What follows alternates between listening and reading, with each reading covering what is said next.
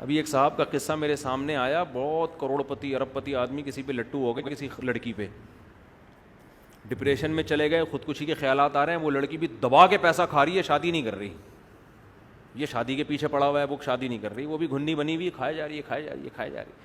اس کے دوست اس کو سمجھا رہے ہیں, ابے لڑکی تیرے پیسے سے کو ختم کر کے, جب پیسہ ختم ہوگا نا تو لڑکی بھی جائے گی اور پیسہ بھی جائے گا.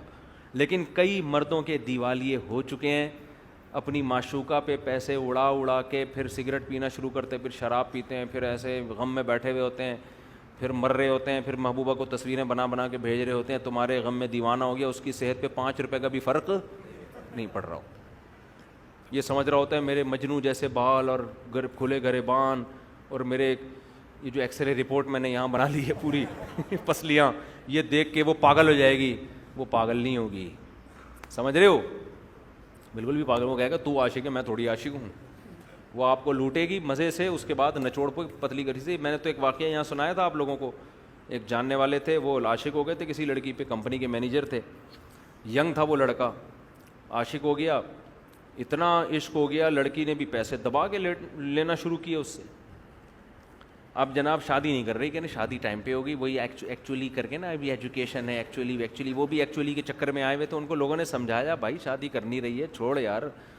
اتنا پیسہ اس بندے نے لوٹا دیا اس کے اوپر کہ بالآخر کمپنی میں اس کی حاضریاں کم اور ڈیٹیں لگنی شروع.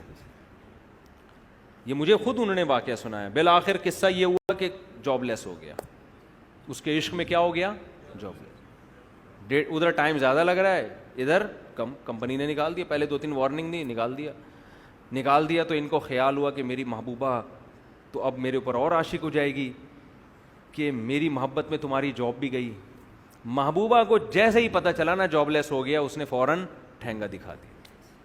اس زمانے میں متحدہ کی بھی بڑی حکومت تھی, تو اس نے دھمکیاں شمکیاں لگائیں کہ میں یہ کر دوں گا, میں یوں کر دوں گا. لڑکی نے متحدہ والوں کو انوالو کیا, بولے چترول لگوا دوں گی, تیری بوٹیاں بھی نہیں ملیں گی کسی.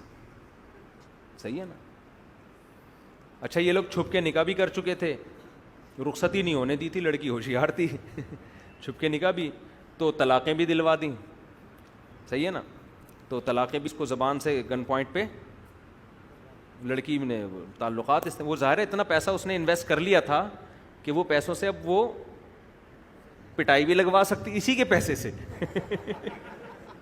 وہ بھی ہوشیار تھی, اس نے پیسہ کچھ کھایا, کچھ جمع کیا کہ اسی پیسے سے اسی کو بھی پٹواؤں گی جب یہ طلاق نہیں دے گا.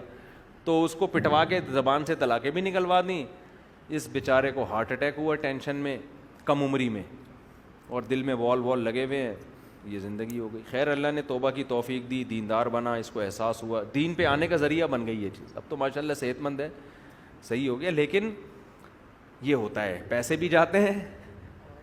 تو یہ عورت اس طرح سے مرد کے لیے فتنہ بنتی ہے. اس لیے ہم کہتے ہیں بر وقت ٹائم پہ شادی وادی ہو جائے نا, تو ان بکھیڑوں سے انسان بچ جاتا ہے, بہت حد تک صحیح ہو جاتا ہے.